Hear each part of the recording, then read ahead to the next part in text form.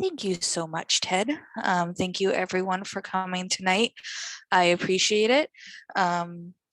I, as Ted said, have roughly 15 years marketing experience. My background is in everything from small businesses to large corporations like Geico, retail, e-commerce, anything you can imagine, I have had some dabbling in. But what I love about digital is that it creates a level playing field so that small businesses can access their ideal people. Again, because I believe the businesses are all about people, and marketing is a way for businesses and the people who want and need them to find each other. So I am going to share my screen. And this thing always gets in the way. Come on, view, present. Thank you. All right, so this is on the digital sales funnel. And if you have attended any of my other presentations, you will know that I try to pack as much information as humanly possible into the time that I have. And I try to do something different with this one because funnels are infinite in the ways that they can work. And I really wanted to leave some time for examples and questions and be able to help everyone who's spending time with us tonight to have their questions answered and be able to understand how a funnel can best help their business. So without any further, yes. I can go ahead and allow our attendees to open up their microphones if you're okay with that at this point. I'm okay with it. Just be aware of the delay, everyone. If I steamroll you a little bit, it's not intentional. It's just because of the audio delay. Okay, I'm opening up the microphones at the present time. So our attendees will have the possibility of going ahead and speaking directly to you. Excellent. So digital sales funnels. What happens in a funnel? A funnel, what does a funnel represent? It's a multi-stage process where a large number of unqualified potential customers become a smaller number of qualified leads and customers. So by what magic does this happen? Each stage has two steps. Yep. I'm getting feedback from one of the microphones, apparently. Well, why don't we just mute everybody, and then if somebody has a question, we can unmute them. Okay. Let's see. So each stage, which we'll get into the stages in a second, has two steps, an enticement and a conversion. The enticement is a value add for a potential customer, and the conversion is the goal you have set for them to move to the next stage. So a traditional sales funnel, which I'm sure everyone is aware of, you have people become aware of your product or service, they're interested in it, then they enter the consideration phase, and then they do the thing, whether contact you, visit your store, make a purchase. Those are the big four blocks. But then the digital Mac Daddy of all marketing, HubSpot came up with another version of the funnel, and they call it the flywheel. And the flywheel is made up of 3 stages that are constantly repeating themselves. So you can see you attract people and they're strangers, and you engage with them and they turn from prospects into customers. Then you delight them and they start promoting you to other strangers who are attracted, and it goes over and over and over again, and that's how you stimulate growth. And it's a little bit of column A, it's a little bit of column B. I'm a firm believer that unless you have a very niche business, your relationship with your customers is never over. So I totally agree with the always bringing in new people and utilizing the customers that you've already attracted. It's a well-touted metric that it costs 3 times as much to attract a new customer as it does to keep an old one. And I think sometimes in marketing, we forget about that, especially in the digital world, because everybody's all set on traffic and, Facebook numbers and things like that. So we're going to take all of that past stuff and we're going to bring it with us when we talk about the digital. And keep in mind, everyone's business is different. These are all stolen directly off of Google when you look for digital funnel. As you can see, some of them have 3 steps, some of them have 4, 5.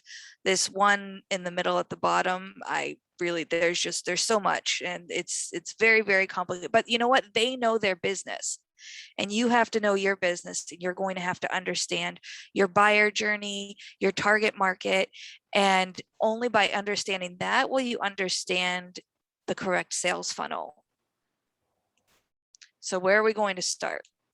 We have definable steps. Again, all of this is very infinite. There are as many ways to make a funnel as there are types of businesses. So we need to start from the same concrete pillars. You have to understand your target market, not a target market in general, but yours. And this is something that I've talked about in my other presentations. Not just demographics, but everything that you can about their lifestyle. What are they interested in? What are they not interested in? What are their dislikes? What are their likes? What would you say and how would you present your product to them in a way that would turn them off?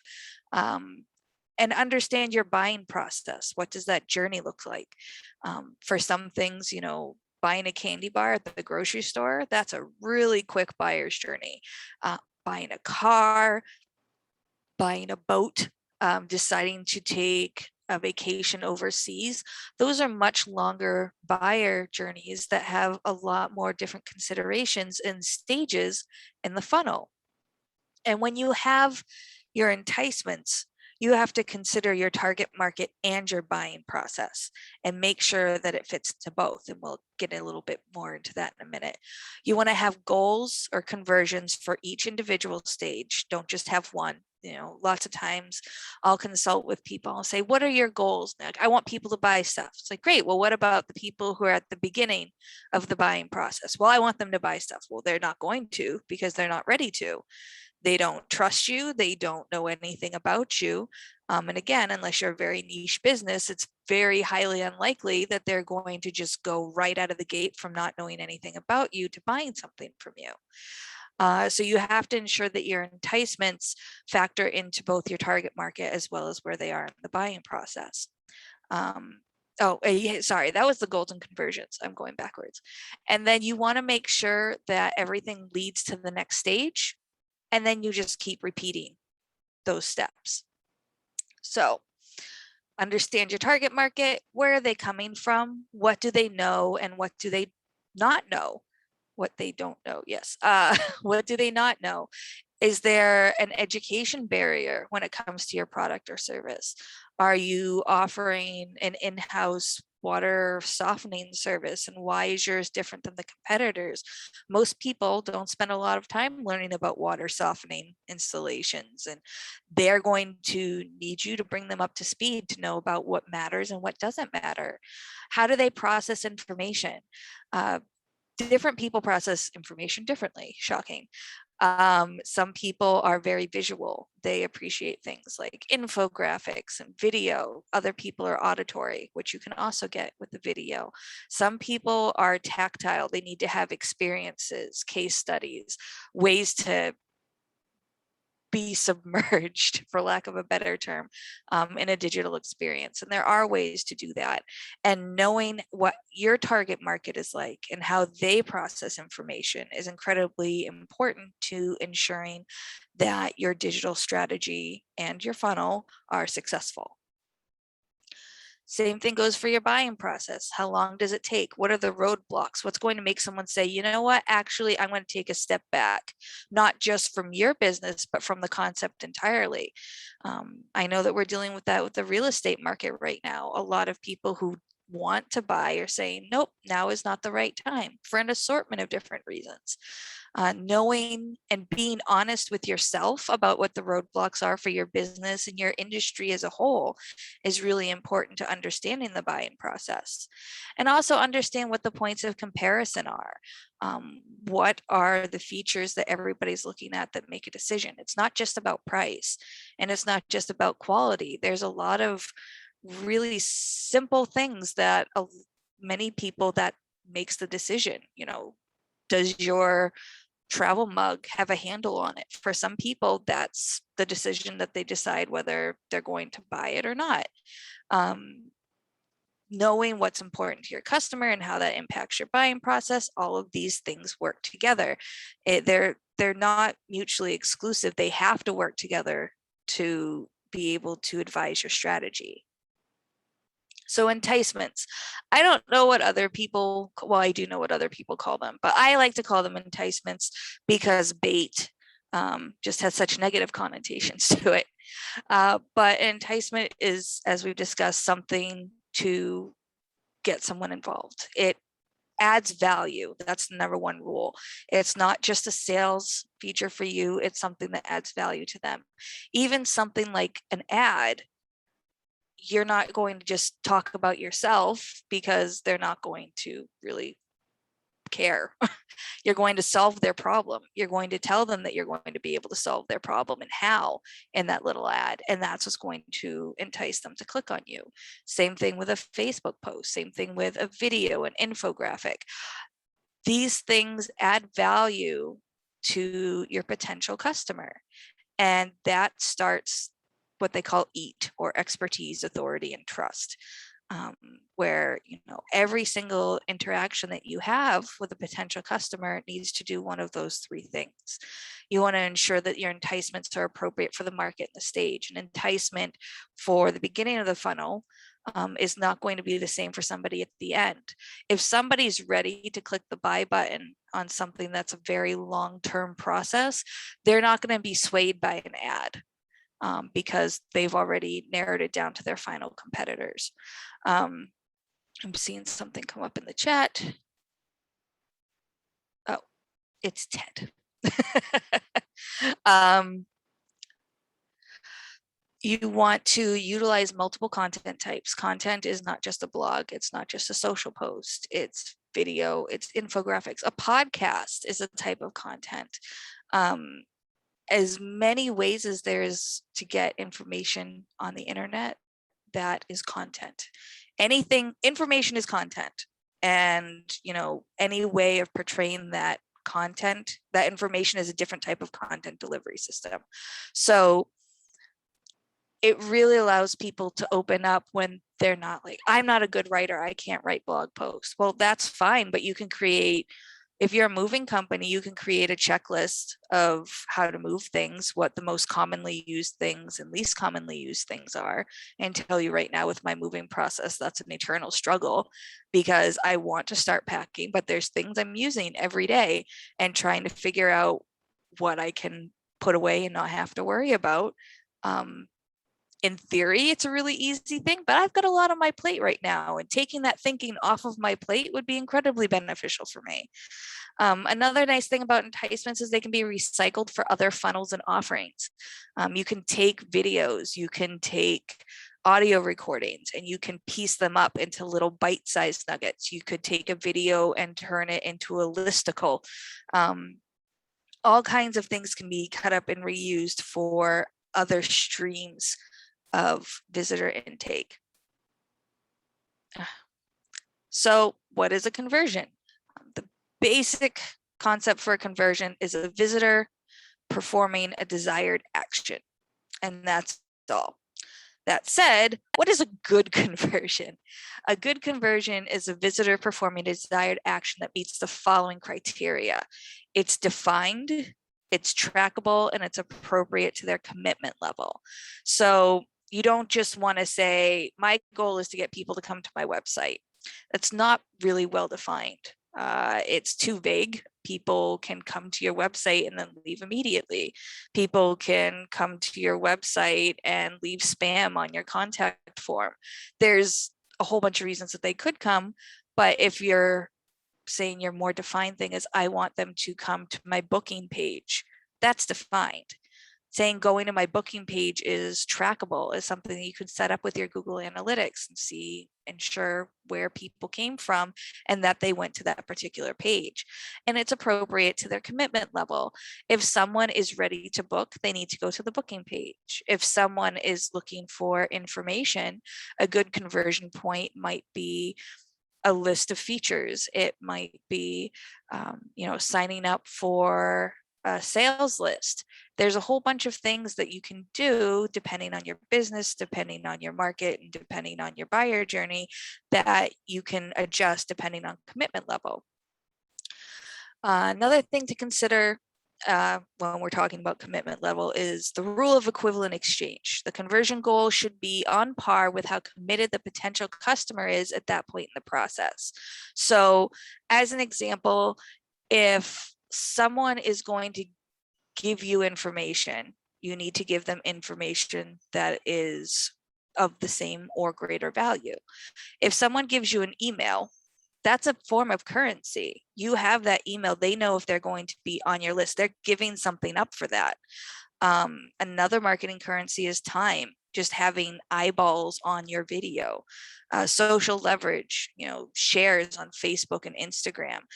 Data, just general, Facebook has built their entire business around the currency of data.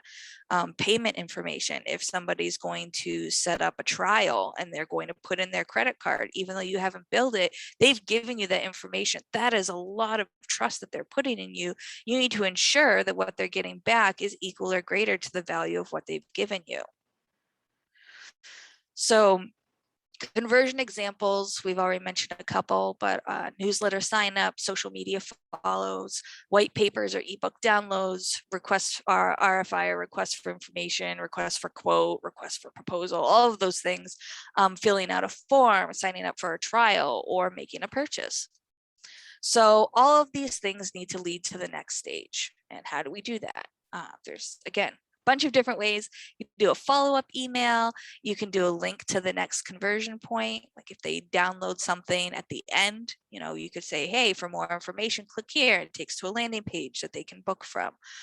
Promotions, sales, special deals, incentives, early bird incentives, a social post call out of a previous stage. So for example, there's this company that I used to pay for online dog training videos, and they would have individual courses.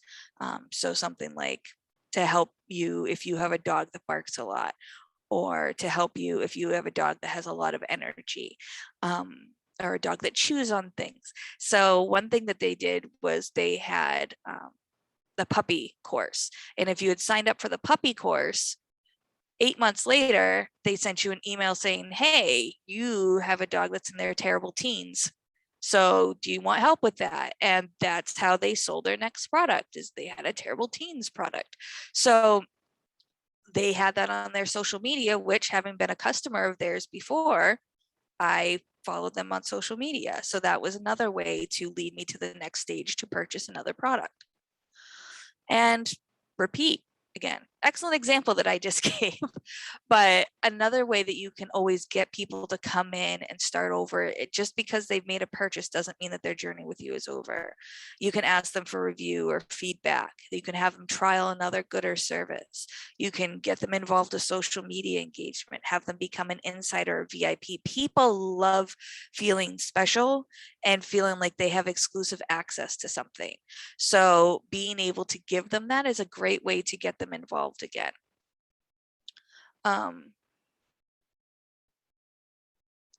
So let's talk about some examples. And these are just some really quick, silly examples that I put together to show you how diverse these funnels can be. So this is Floofles. Floofles Pet Emporium. It's a high-end canine focused business with a retail shop, training facility, and indoor dog park, which can be used for boarding, doggy daycare, and events. The target market is engaged dog owners, not just people who have dogs, people who, are obsessive about their dogs. The buyer's journey is multiple because of all the different diverse offerings they have multiple different buyer's journeys. Their goals are to get purchases, training consults and signups, and event attendance. So let's look at their funnels. Some of them are longer than others. The first one is the shop funnel. The steps are pretty straightforward. People learn that the shop exists either through an ad or they get listed on a local website about, hey, this is a great place to bring your dog. They go to the website and they figure out, hey, this place looks great. They have a lot of the brands that I carry. Then they go to visit the actual physical shop. They look around, they see, hey, this is great, and they buy things. And that's that funnel, rinse and repeat. The next one is for the training program. Now, this one can actually take different directions depending on the education level of the consumer. So if they don't know what kind of training they want for their dog, you might have to do that for them. And that would be another thing to add to the top of the funnel, the educational aspect. But we're going to skip that for right now. They're learning the training center existence. They Google to figure out how to, what their style is and see if it fits their needs, if they have to go in person, all that information is available to them on the website, whereby they click and they do a phone consultation to talk to a trainer and see if it would be a good fit, to talk about their individual problems. So when they have the trial session, they're already prepared. And then once they have the trial session, they can sign up for training. Then for the events, it's a longer funnel. They can learn of the center existence, deciding if the center suits their needs, phone consult, do an in-person visit and walkthrough. They pay a deposit. Once they pay a deposit, there's an opportunity for upsells, and then they have their event. And I know that I'm skipping over that, but that's because we're going to go a little bit more into detail about the longest funnel. So what are the enticements and what are the conversions? So for the first stage, it's an ad or a social post telling them, hey, this exists, and we want them to click to the landing page. Once they click to the landing page, they're going to decide if the center suits their needs. Usually it's because we have a feature list to say, hey, these are all the things that we can do for your event. We know that you're interested in dog-related events because of the very targeted ad that we created that, mentions that. And from that landing page, they can go to the book now form. Once they've done the book now form, that leads to the phone consult. That's the follow-up from the book now form. And after the phone consult, we'll send you an email that has a link to the calendar to schedule your in-person visit. Once you do the in-person visit, we're going to give you a white paper that describes what to expect. At the end of that white paper is going to be a link to pay the deposit so that you can book your event before anybody else does, because we're going to talk about what our busy seasons are and how far in advance we need to have notice. Once you've paid your deposit, we're going to send you a list of upsells and vendors, things you can do to make your event more successful, photos of previous events that have used these and why it benefited the event. And these are things that can be added to the booking. Once they've established either with the upsells or not with the upsells, they're going to get an automated countdown until the event, an email saying, hey, your event is this way. Have you sent out your invitations? Hey, your email is in this many weeks away. Have you gotten all your RSVPs? Hey, your email is this day, and check in with them to make sure that they're feeling involved and that you are mutually invested in helping their event be a success.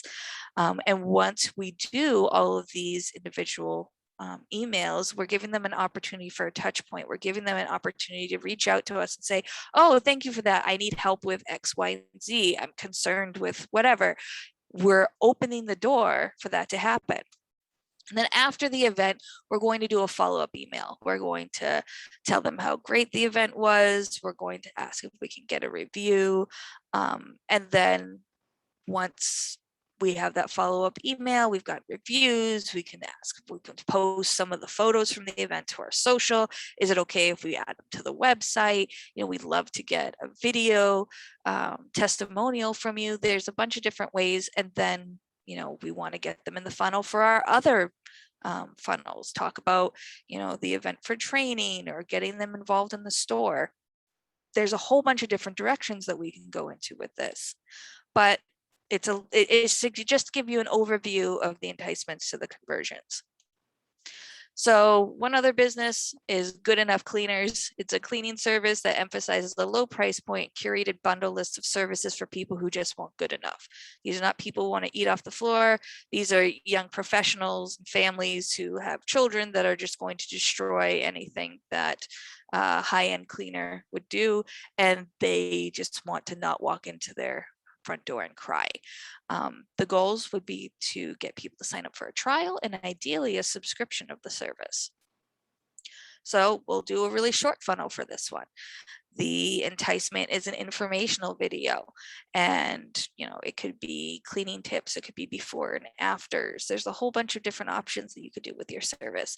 And once they see this informational video, they can click to go to a landing page. The landing page gives tips on cleaning, really 10 things to do in 10 minutes or less that'll make your house seem clean. And once they download that, if they say, hey, this is too much work, hey, there's a book now button that takes you to a form. And once you go there, you can set up a one-time visit. After the one-time visit, where they have a trial service, lots of times what will happen with subscription services is you will charge them full price for a one-time visit, but if they decide to sign up, you'll take that money off of the subscription at the end. So it's a way for you to ensure that you're getting paid up front, that you're not discounting your services, you're not making them seem less valuable, but you still are enticing the customer that it's a better value to do the long-term subscription. So once you book a subscription, you're going to do an email follow-up, sign up for rewards. Hey, did you know if you refer people, you get an upgrade to your service, something like that. Again, I don't want to spend too much time talking about these imaginary businesses because I want to help you with your businesses. I want to help with your questions. And because this is so open, it really helps to be able to have specific questions, be able to give those specific answers. So are there any questions or specific cases that I would be able to help with? Well, now it's everyone's turn to go ahead and if you would like, raise your hand, open your microphone, and go ahead and engage our presenter.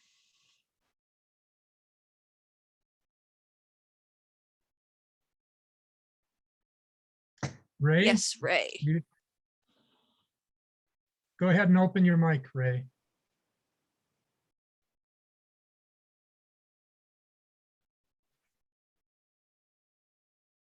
We can also do it through participants if you want to, Ted. Well, Unmute. actually, yeah, Ray's on. Ray, you're going to have to use the control on your Zoom at the bottom of your Zoom screen to open your microphone.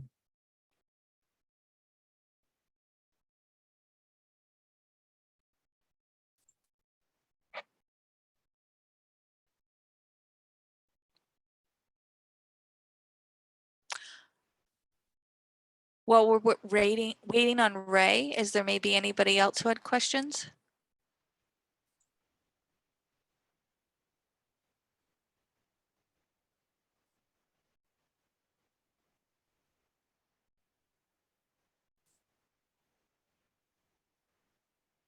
I wish that I could open Ray's mic up. I have allowed him to open it up, but he's going to have to go ahead and open it up himself from his Oh, end. Ray says that his browser does not support microphone for some reason. Oh, okay. Okay. All right. Julie. Okay, I sell 31. I'm just struggling with get customers and recruits. I know that the sales funnel can help. Okay, can you explain to me what 31 is? Because I'm not very familiar with it.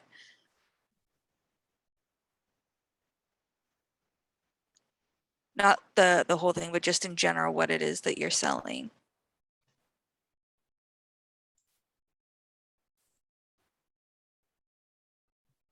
Direct sales of bags, totes, and wallets. Okay, so first thing to consider is, do you know what your target market and your buyer journey is? Customizable personalizations. Okay. So no. Okay. Have you sold any bags yet? Do you have anybody who loves what you're offering, but they haven't bought for whatever reason? Okay. 7 years worth. I apologize for saying okay every 5 seconds. 7 years worth of customers. You're an elite consultant. What do people love about the bags? And usually how often do they buy one?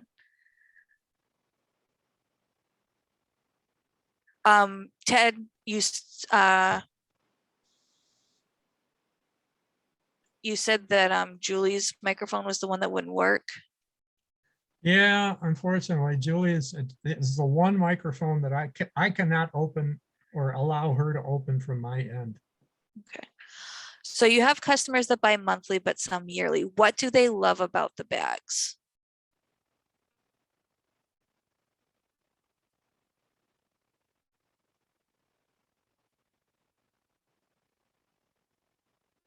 They are hardy and last for years. So are you finding the people who buy them are buying them because they're hardy, or they're buying a whole bunch of them because they like the designs? Because if people are buying them monthly, that tells me that it's not because they're hardy. Because I can tell you, I buy bags because they're hardy. I bought 5 15 years ago, and I haven't bought any more because they're hardy, and that's why I purchased. Okay. So they cost a higher range, which is understandable. The ones that buy monthly, I'm assuming they have a different reason for buying than the ones that buy yearly, correct?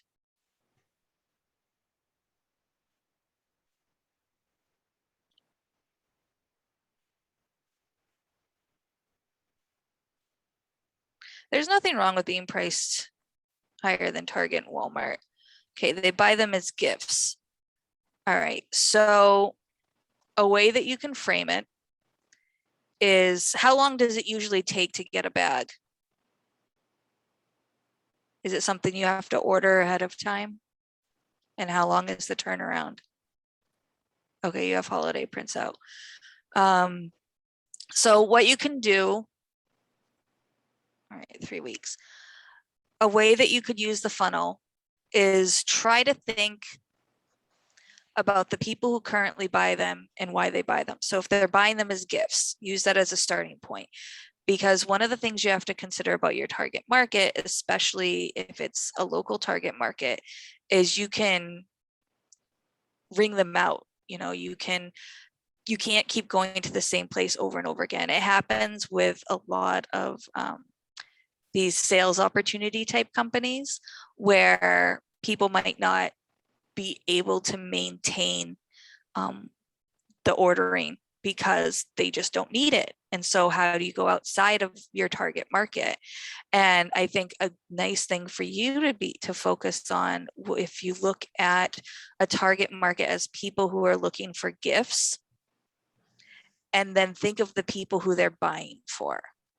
So let's say they're going to buy for, family or friends. So if they're going to buy for a friend, what's the occasion that they're buying for? Co-workers, like, okay, great, let's pick co-workers. Somebody got a promotion and we're going to celebrate with a bag, right? So the first thing you can do is put together a list of gifts. Don't just put your bag on it. See if you can reach out with other vendors who have things that go inside your bags, right? And then put them together as lists for gifts to give a coworker who got a promotion. And you're not the only one on there, but you're going to want to make sure that you're going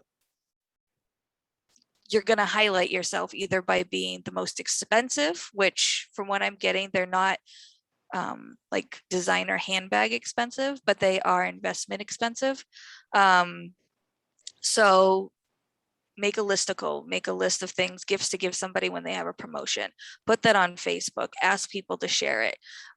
You can do an ad for with the keyword tag with the long tail keyword of gifts for a friend who got a promotion, gifts for a coworker who got a promotion. The longer tail the keyword is, the cheaper it's going to be to buy, because the competition isn't going to be as fierce.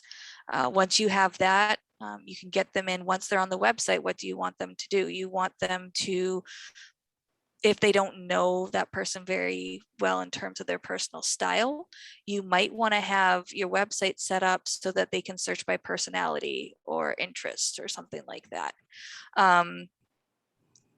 You know, you can make it easy for them to buy the gift instead of giving them the choice. Have them do, you can do what's called logic conditioning, and it's essentially a form, but it's set up like a quiz. All of those quizzes that people do on BuzzFeed and stuff, it's just a form with logical conditioning. And you ask them some questions, and then you point them towards 3 options, just 3. You don't want to give them too many.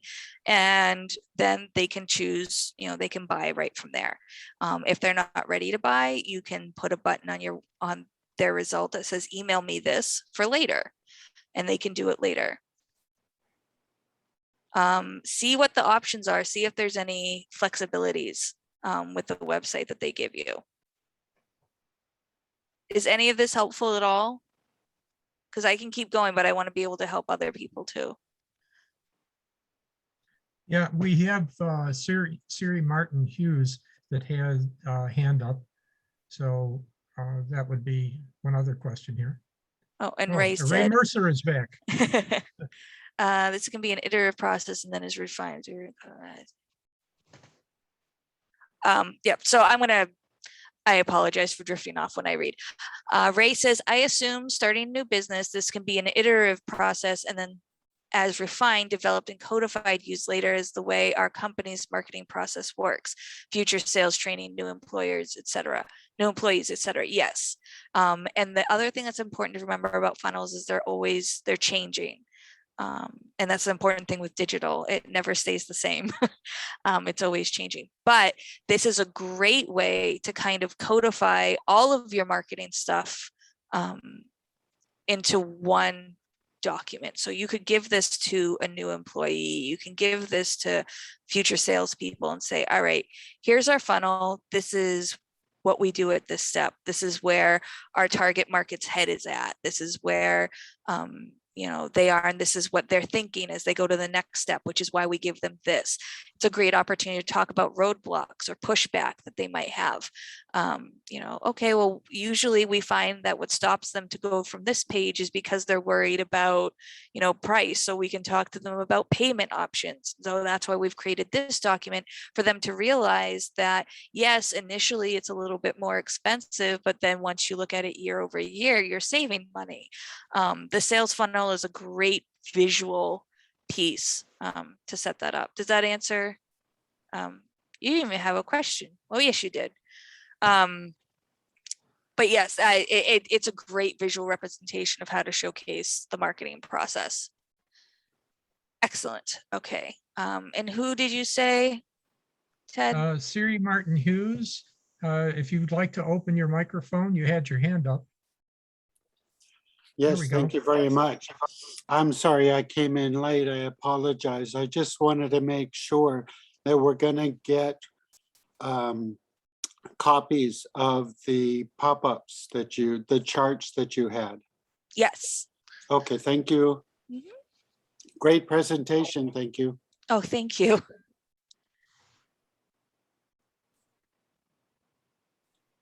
Anybody else? As Ted says, this is my swan song. So any other questions regarding digital marketing? I would love to help. All right, Gina, what's a good sales funnel for a life coach? Is it to help people get to know me by booking a free first session or a booklet, or what? When I tried in the past, people would book but wouldn't show up for the session. Okay, Gina, I paid an exorbitant amount of money to a life coach. And I will tell you what she did and why I paid, actually multiple life coaches I've had, and why I've given them exorbitant amounts of money. They were very specific about who they wanted to work with. And they made it very clear that you wanted to work with them. They essentially treated it like an exclusive club. Now, when you say free first session, the immediate thing that you're telling people is that you don't have value because you're willing to give away your time. I know a lot of marketing people, they'll say, you know, it's your first taste is free. But the problem is as you see, people value you for what you charge. That's what they assume your value is. And if you tell them that it's free, then they're going to assume that's what you're worth, and it's not very much. So instead, what I would do is I would, for the introductory part, I would have people who you have worked with, or if you don't have people that you've worked with, I would talk about some theories or processes that a lot of people that you want to help can benefit from. So for example, if you're talking to women who are looking to move up the corporate ladder, and you know they're stuck for whatever reason, you know there's a lot of thinking behind that. Talk about some tips that just in general you see help with anxiety and confidence, because you're showing your value over a video, because you know that's something you do once, and then it works for you when you're sleeping, when you're not paying attention to it. It's still going to be getting people your attention. It's still going to establish your expertise, authority, and trust, right? And then if people reach out, something you can do is do perceived limited availability. So I think we've all seen websites where they're like, oh, we're not taking customers right now. You know, we are opening the doors in however many days. What you can do is you can prep a lot of work. You can do a lot of social stuff, get people excited and say, hey, I've realized that I've got room in my schedule to take 5 people. You know, if you aren't sure about booking, you know, a series with me, I will let you book one. And then if you want to book the rest of the series, then you can use that one towards the price of the series. I think the problem with life coaching is you're almost competing with self-help books. And I know that, you know, because again, I've worked with coaches. They've been a huge benefit to my life. They've really helped me make positive changes. And I know that those are insights I would not have gotten from a self-help book. But if you are just on paper, you look the same. That's why you really have to figure out who your target market is and figure out what's stopping them from reaching out to you. You know, understanding, is it the price? You know, is it, you know, do they think that they need one? Is there like, do they feel silly getting a life coach? There's a lot of mental things that people do that stop them from hiring services that are good for them. I know when I was pregnant, my insurance company said that we got a doula, and I didn't want a doula because all I knew about them was what I had seen on TV, where they were, you know, all into crystals and things like that. And, you know, if that floats your boat, great, but that's not what I wanted. And I was really uncomfortable. And the woman that we had literally saved my life. She was amazing. And if I hadn't seen that side of her, I never would have wanted to hire her. So I had to get over my preconceived notions. And so a life coach, you might be fighting those as well. Does any of that help? Exactly. Yes. Yes. You are special, and you have to explain what makes you special and why you're worth it. You know, you want to run a business, and you deserve to be paid for your time and your expertise. And if that means that you can't help everybody, then you can't help everybody. That's fine. I am a real backward techie. Any advice? There are, okay, I'm trying to think of how to frame this while being to the point, because I could wax poetic on this forever. There are software systems and websites that do a lot of this work for you. A funnel doesn't have to be super complicated. I like complicated funnels because it allows you to target and automate things. The more complicated it is, the more custom it is, the higher the quality lead, the more likely it is that they're going to convert. Now, you don't have to do all that. You could do something a little bit more broad. Even something like posting on Facebook, making an ad on Facebook, that is opening awareness, that's an enticement. So that is something that could be beneficial. And then you just have them, they can even just message you on Facebook. I don't usually suggest this because anytime that you're using a social platform, keep in mind that that information, that content does not belong to you. It belongs to the social media platform. Your pictures that you're posting on Instagram belong to them. They can decide to take away your access to them at any point. So I almost never suggest building a business on Instagram and Facebook. But if you are very worried about technology, and it's a real barrier for you in your business, there's nothing wrong with using Facebook as a starting point. Putting posts up, you can hit boost on a post and pick your target audience, and then people can just message you directly on Facebook, and all of it can be contained there. Andrew Snow, I have a new product that I'm developing. It's indoor greenhouses or home growers. It's an environmental controller. Are there any strategies to get out of the gate? It's a main controller, peripheral components. Should I put a focus on residual consumables, or should I focus on the main unit? I think that you have to look at your target market. Who is interested in this product? What other sources of media are they consuming?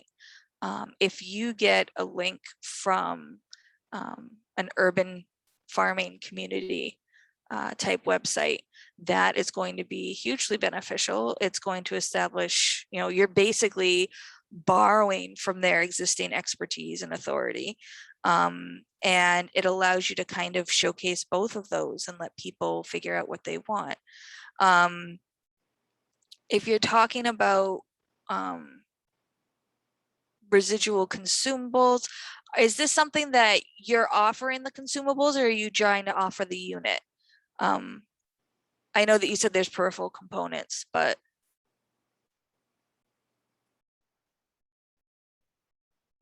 there's nothing wrong with being on Instagram. My stance is, I see people saying you don't need a website, you don't need anything except for Facebook or Instagram.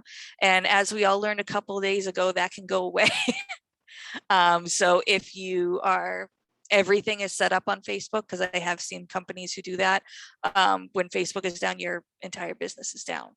And that's not sustainable. You at least need to have a page that people can go to and get information from. If you I understand you offer both, but are the peripherals usable without the main unit? No. Okay. So you have to focus on the main unit, because without that, then the peripherals,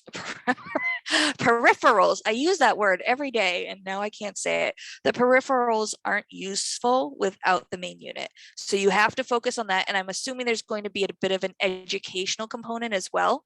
So if you focus on that, and then people are going to want the peripherals once they're like, okay, I want the main unit, and then these are the add-ons that I can have, because life would be so much easier if I had this, and since I've already made this main unit investment, the peripherals won't be as much of an investment, or sometimes they're more, but you have to have the main unit. So that's what I would focus on. And like I said, go back to your target market and your buyer journey. If you already know that there's going to be an education aspect to it, figure out, I like to focus on the pain points first, because people are more apt to try to avoid pain than pursue pleasure. So if you can point out the problems and how your product addresses and solves those problems, people are going to be more likely to follow through and convert. I hope that was helpful.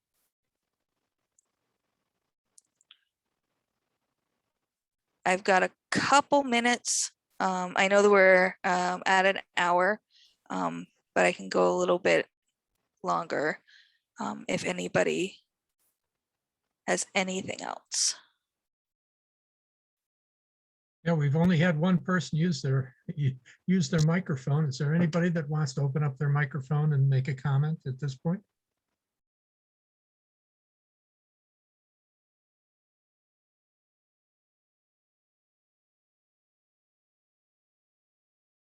Okay, it looks like you've done a great job here, Ange. Oh, thank you. You know, again, Answer. Answered the questions. Go ahead. Oh, I was just gonna say, I'm more than happy to help. I love this stuff. This is what I do for fun as well as work. It's not something I can turn off. So I'm happy to be able to help everybody in their businesses. And I know that a lot of this stuff, people have opinions on this is the right way to do it, this is the wrong way. And there is no right or wrong way. It's all about finding what works for your business, your target market, and you know what the buyer's journey is. So yes, I will make sure that Ted has the PDF of all of these slides. And thank you all so much for your time tonight. And Ange, I just want to say thank you again for not only this presentation, but all the other presentations that you've done for our SCORE chapter and for our community. We've really enjoyed the work that you've done, the presentations that you've done, and you've answered a lot of questions for a lot of people. I would like to mention that Ange and her family are leaving the area, going to greener ground, or maybe it's snowier ground, I'm not sure. But we're sorry to lose you from our SCORE chapter. Ange also has been a SCORE mentor in the Buffalo chapter. And we wish you well and your family well in whatever you're doing in your new location. Thank you so much. Take care, everyone. Stay safe. And thank you all for joining us tonight. Again, the recording plus a PDF copy of the slides will be made available. And you'll be getting that in the next 24 hours, as well as an evaluation form. So thanks again for being with us tonight. Please stay tuned for our other workshops that you can find listed on buffaloniagara.score.org. And have a good evening and stay safe and healthy. Good night. Thank you. Thank you.